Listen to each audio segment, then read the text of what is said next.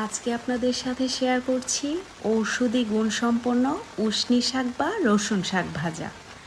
এই শাকটা কিন্তু 12 মাসই পাওয়া যায় মাঠে ঘাটে ধান ক্ষেতের পাশে। আজকে আমি নিয়েছি ছাদ বাগান থেকে। প্রথমে পরিষ্কার পানি দিয়ে ধুয়ে কুচি করে কেটে নিয়েছি। তারপর একটা কড়াইয়ে তেল গরম হয়ে গেলে দিয়ে দিলাম রসুন ও পেঁয়াজ কুচি।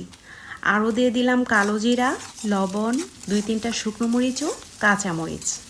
তারপর বাদামি রং হওয়া পর্যন্ত ভেজে নেব। এই শাকটি শরীরের বিষ ব্যথা কমাতে সাহায্য করে, আরও বিভিন্ন ধরনের গুণাগুণ রয়েছে। এখন দিয়ে দিলাম কুচি করে কেটে রাখা উশনি শাক।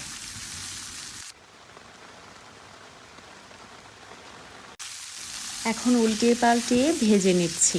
এই শাকটা আমি ঢাকনা ছাড়াই রান্না করে নিব, যার জন্যে শাকের রংটা একদম সবুজ থাকবে। এই শাকটা ঝাঁঝালো স্বাদের হয়ে থাকে।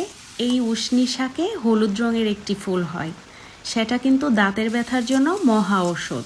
যাদের দাঁতে ব্যথা হয় ফুলটা থেতু করে লাগালে ব্যথা কমতে সাহায্য করে। তো আমি কিন্তু এই শাকটা জীবনে প্রথমবার খেয়েছি, অনেক ভালো লেগেছে। আপনারাও চাইলে ট্রাই করে দেখতে পারেন। তো ভিডিওটি যদি আপনাদের ভালো লেগে থাকে লাইক এবং কমেন্টস করতে ভুলবেন না। Thanks for watching my video.